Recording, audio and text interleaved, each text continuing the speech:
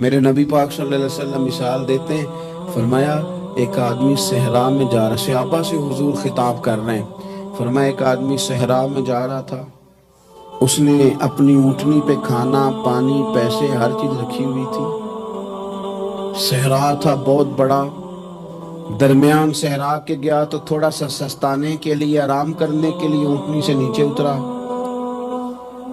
اب اس نے اونٹنی کی لگام اونٹنی کی نکیل اپنے سرہانے کے نیچے رکھی، ہاتھ کے ساتھ پکڑی اور سو گیا۔ تھوڑی ہی دیر کے بعد جب اس کی آنکھ کھلی تو دیکھا اونٹنی غائب ہے۔ صحرا میں وہ پیدل نہ آگے جا سکتا ہے نہ پیچھے جا سکتا ہے، نہ دائیں نہ بائیں، کھانے کو روٹی نہیں، پینے کو پانی کا قطرہ نہیں، تھوڑا ادھر بھاگا ادھر بھاگا، تھک گیا۔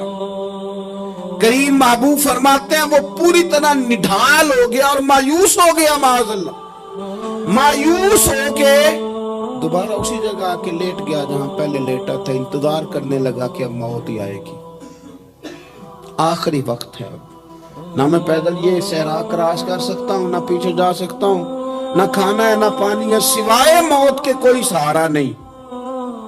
حضور فرماتے ہیں وہ رستے میں دوبارہ لیٹ گیا، اچانک اس نے رخ بدلا تو اونٹنی سامنے کھڑی تھی۔ حضور نے صحابہ سے پوچھا بتاؤ نا اسے بھلا کتنی کو خوشی ہوگی؟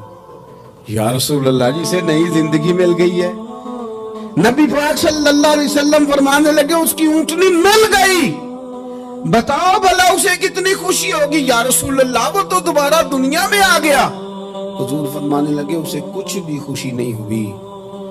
جب کوئی رب کا گناہگار بندہ آ کے توبہ کرتا ہے، رب کو اس سے کئی گنا زیادہ خوشی ہوتی ہے۔ میرا بندہ آ گیا، میرا بندہ آ گیا، میرے گھر آ گیا، اس نے آنسو بہائے ہیں، اس نے کہا اللہ میں تیرا ہی ہوں، تیرا ہی رزق کھاتا ہوں، تیری ہی زمین پہ رہتا ہوں، تیرے نام سے میری سانسیں چلتی ہیں۔ وہ آ گیا، فرمایا اس اونٹنی والے سے زیادہ رب کو خوشی ہوتی ہے جب گناہگار آ کے توبہ کرتا ہے۔